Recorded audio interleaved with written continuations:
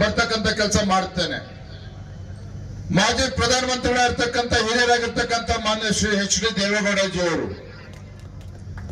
ಕಳೆದ 10 ವರ್ಷಗಳಲ್ಲಿ ನರೇಂದ್ರ ಮೋದಿಜಿಯವರು ಮಾಡ್ತಾ ಇರ್ತಕ್ಕಂಥ ಅಭಿವೃದ್ಧಿ ಕೆಲಸ ಕಾರ್ಯಗಳು, ಜನರಿಗೆ ಕೊಟ್ಟಿರ್ತಕ್ಕಂಥ ಯೋಜನೆಗಳು ಈ ದೇಶದ ಅಭಿವೃದ್ಧಿಯ ಪಥದಲ್ಲಿ ಸಾಗ್ತಾ ಇದೆ ಅಂತ ಹೇಳಿದ್ರೆ ಅದಕ್ಕೆ ನರೇಂದ್ರ ಮೋದಿಜಿಯವರೇ ಕಾರಣ.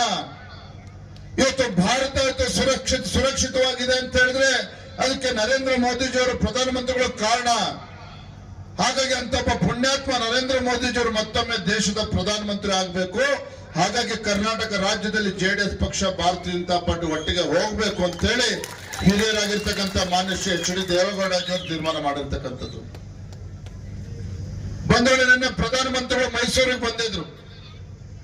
ಸನ್ಮಾನ್ಯ BS ಯಡಿಯೂರಪ್ಪನವರು, ಮಾನ್ಯ ದೇವೇಗೌಡಜಿಯವರು, ನಿನ್ನೆ ದೇವೇಗೌಡಜಿಯವರ ಮಾತುಗಳನ್ನ ಕೇಳಿದ್ರೆ, ನಿನ್ನೆ ಅವರ ಭಾಷಣಗಳವರ ಮಾತುಗಳನ್ನ ಕೇಳಿದ್ರೆ ಇಡೀ ರಾಜ್ಯಕ್ಕೂ ಸಂಚಲನ ಉಂಟಾಗಿರ್ತಕ್ಕಂಥದ್ದು.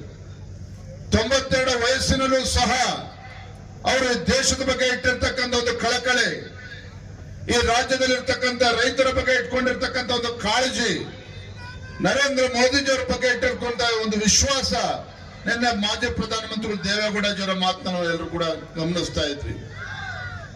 ಆತ್ಮೀಯ ಕಾರ್ಯಕರ್ತ ಬಂಧುಗಳೇ, ಇವತ್ತು ರಾಜ್ಯದಲ್ಲಿರ್ತಕ್ಕಂಥ ಕಾಂಗ್ರೆಸ್ ಸರ್ಕಾರ, ನನ್ನ ಭಾಷೆ ಮಾತುಗಳಲ್ಲಿ ಹೇಳ್ಬೇಕು ಅಂತ ಹೇಳಿದ್ರೆ, ಇವತ್ತು ರಾಜ್ಯದಲ್ಲಿರ್ತಕ್ಕಂಥ ಕಾಂಗ್ರೆಸ್ ಪಕ್ಷ ಸರ್ಕಾರ ಆರೋ ದೀಪ ಜೋರಾಗಿ ಉರಿತದೆ ಅಂತ ಹೇಳ್ತಾರೆ.